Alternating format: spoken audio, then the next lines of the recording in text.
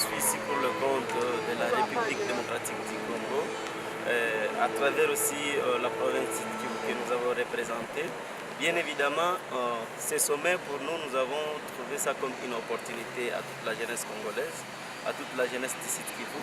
Pourquoi? Parce que c'est un cadre d'échange, de réflexion, d'échange d'expérience qui nous permet et qui permet à la jeunesse congolaise à être suffisamment informée sur les stratégies, les mécanismes qu'ils doivent mettre en place pour le développement du continent africain. Au cours de ce sommet, nous avons eu à traiter plusieurs questions, mais notamment toutes les questions ont touché le développement, ces questions-là ont touché l'éducation, toutes ces questions-là ont touché les mécanismes que les jeunes, que les pays africains, que les gouvernements africains doivent mettre ensemble pour que les continents africains se développent comme ailleurs. Et après, nous avons mûrement réfléchi sur les situations que traverse l'Afrique, c'est pour le politique, la situation économique, le développement, l'implication de la jeunesse pour qu'il y ait la paix. Et donc, ce sommet est venu comme une réponse à plusieurs problèmes auxquels on cherchait des solutions. Tout au long de ce sommet-là, nous avons eu également à traiter la question de l'éducation.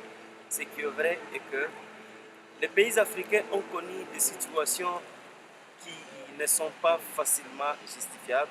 Pourquoi? Parce que l'élite intellectuelle qui a dirigé les pays africains il y a 50 ans, c'était une élite qui n'avait pas de vision politique. Ce qui n'avait même pas permis aussi certains pays de l'Afrique de pouvoir se développer suffisamment.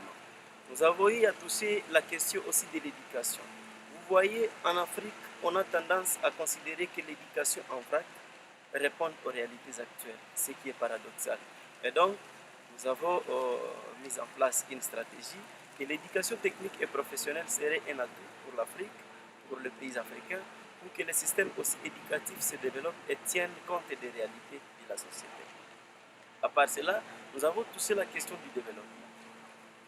Sur cette question-là, nous avons compris qu'il faut l'implication de tout un chacun au niveau de l'Afrique et de la jeunesse et des gouvernements africains et de toute la population au niveau de l'Afrique de pouvoir s'approprier la question du développement qui reste un atout et qui permettra peut-être à l'Afrique de se développer tenant compte des réalités d'ailleurs. Si vous comparez l'Europe et l'Afrique, il y a des divergences. Et donc, ce sommet nous a permis d'entrer aussi en contact avec les bailleurs de fonds qui vont venir en aide à des différentes structures de la jeunesse au niveau de la République démocratique du Congo, au niveau de la province du Kivu et pourquoi pas au niveau de toute l'Afrique, pour que ces jeunes eux-mêmes soient au centre de leur propre développement.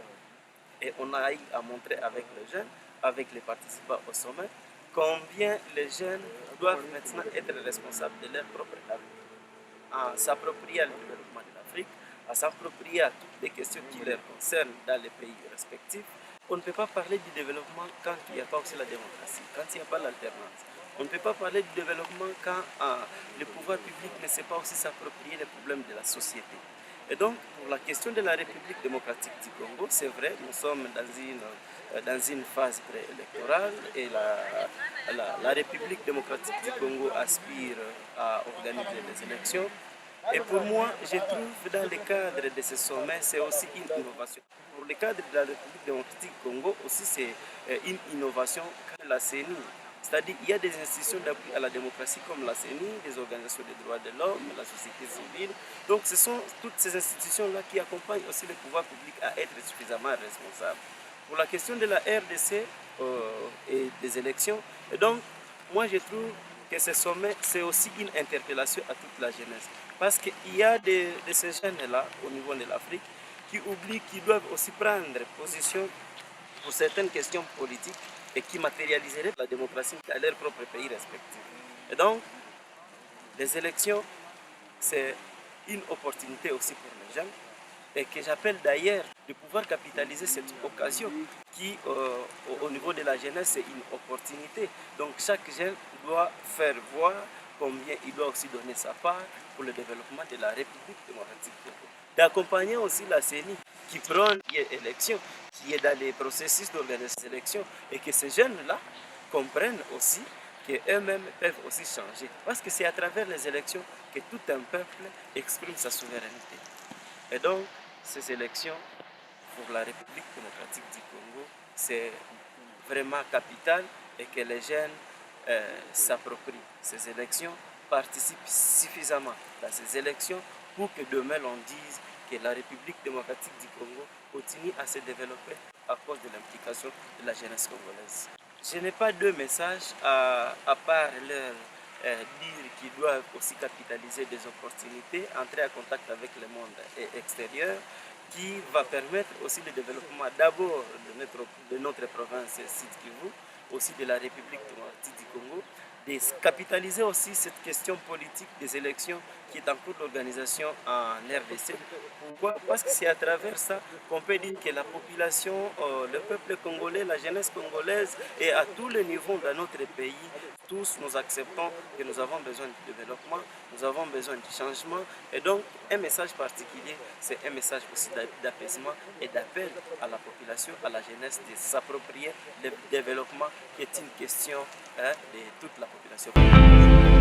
Innovation is increasingly seen in today's world as the means to achieving the long-held goal of structural transformation and socio-economic development on the continent. Most of African governments have begun to take innovation as a critical element of their development.